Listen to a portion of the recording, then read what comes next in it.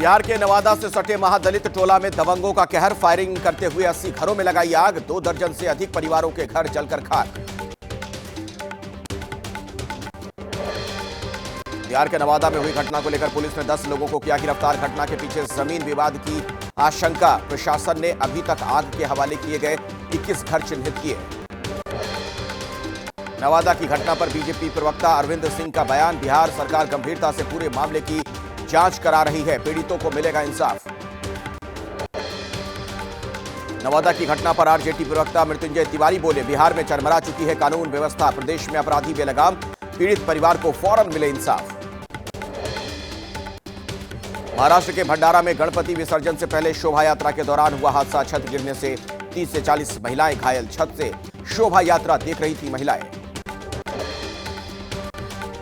UP के सोनभद्र में रिहंद बांध और ओबरा बांध के खोले गए गेट। लगातार बारिश से बांध पर बढ़ रहा है पानी।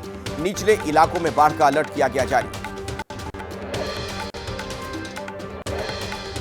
सोनभद्र में भारी बारिश बनी मुसीबत। बारिश से कई हिस्सों में भीषण जलभराव। पानी के तेज बहाव के चलते सड़कों में हुआ कटान।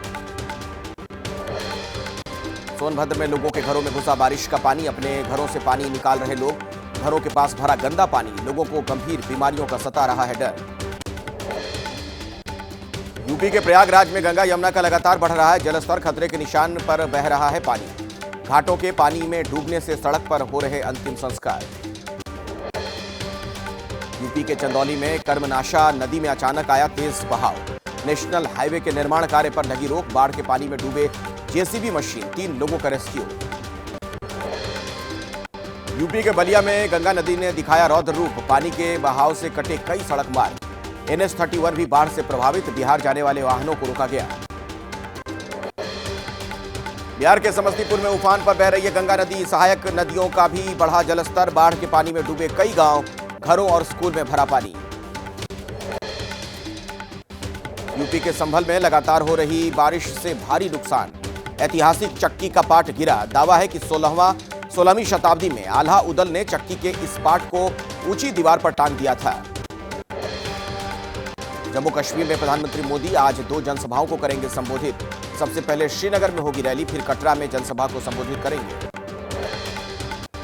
प्रधानमंत्री मोदी के दौरे को लेकर श्रीनगर में सुरक्षा टाइट। चप्पे चप्पे पर तैनात किए गए पुलिस और सीआरपीएफ के जवान। कांग्रेस ने भी जम्मू कश्मीर चुनाव में उतारे अपने बड़े नेता। कांग्रेस के राष्ट्रीय महासचिव सचिन पायलट आज राजौरी में करेंगे जनसभा।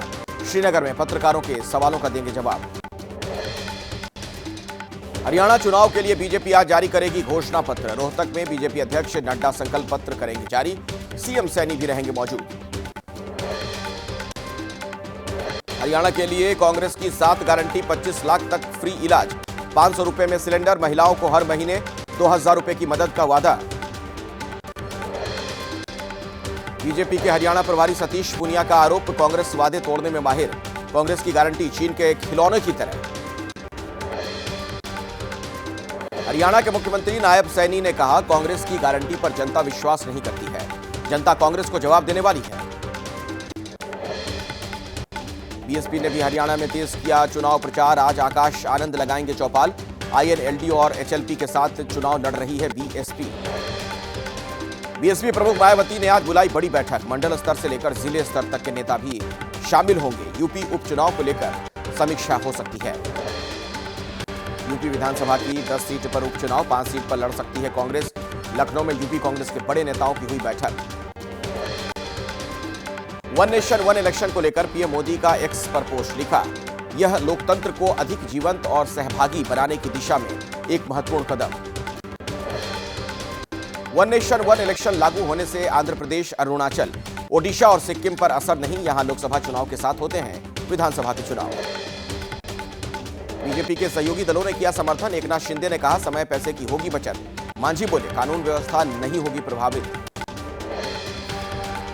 जेडीयू के प्रवक्ता राजीव रंजन ने कहा, कम हो सकेगा चुनाव का खर्च। समय पर बेहतर तरीके से होगी सुरक्षा बलों की तैनाती।